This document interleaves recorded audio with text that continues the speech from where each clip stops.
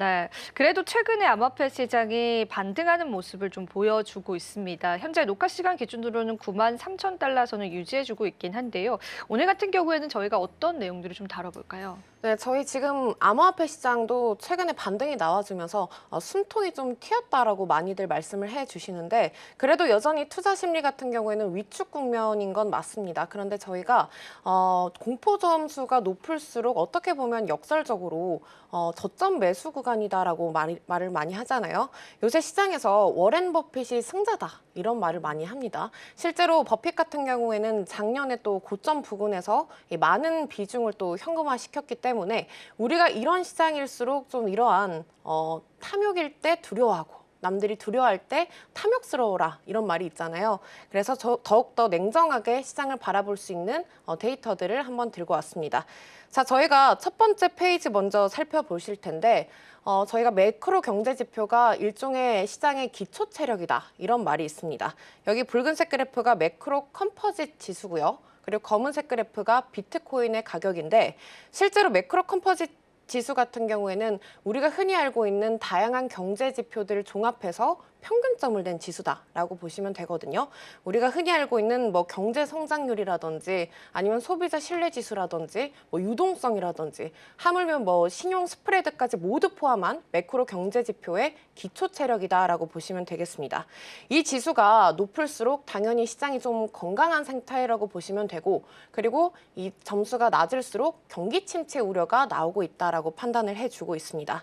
그런데 보시면 빨간 점선 이 80점을 넘게 되면 실제로 이 매크로 컴포짓 지수가 높게 나왔을 때 비트코인 가격도 고점을 찍기도 하고요. 그리고 이 초록 색깔 점선 아래로 20점 아래로 내려오게 된다면 비트코인 가격도 같이 하락세를 보인다는 걸 알 수가 있겠죠.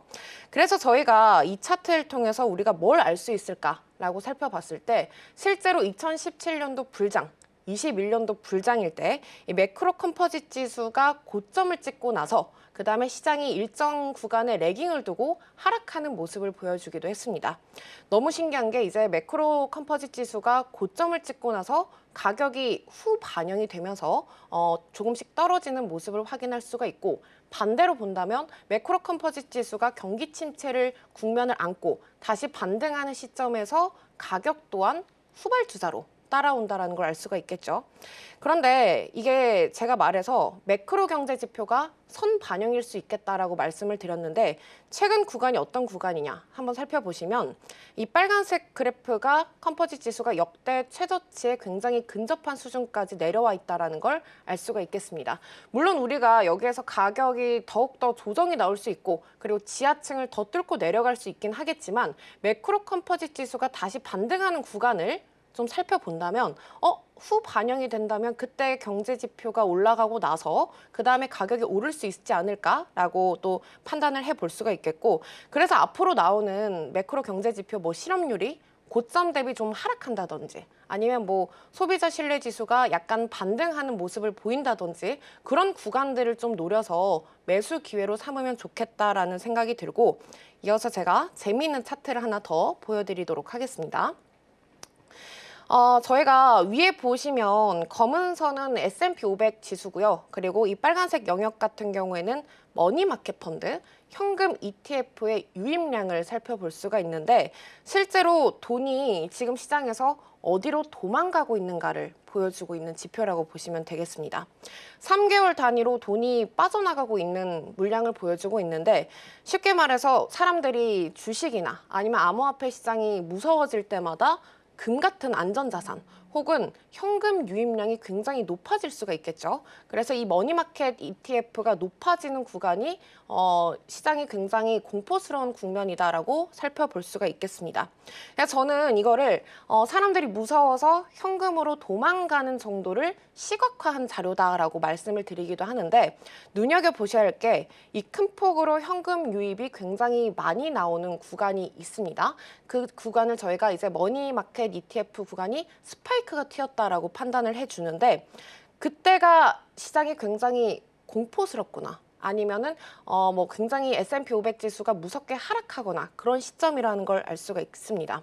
보시면 공포가 극대화되었던 시점이 2008년도에 금융위기라든지 그리고 뭐 2011년도에 유럽 재정위기 그리고 20년도에 이제 많이들 알고 계시는 이 코로나 팬데믹 시절이라는 건데 그때마다 사람들이 무섭다, 안 되겠다, 시장에서 돈을 빼서 나는 좀 현금화 시켜야겠다라고 판단을 하고 있습니다.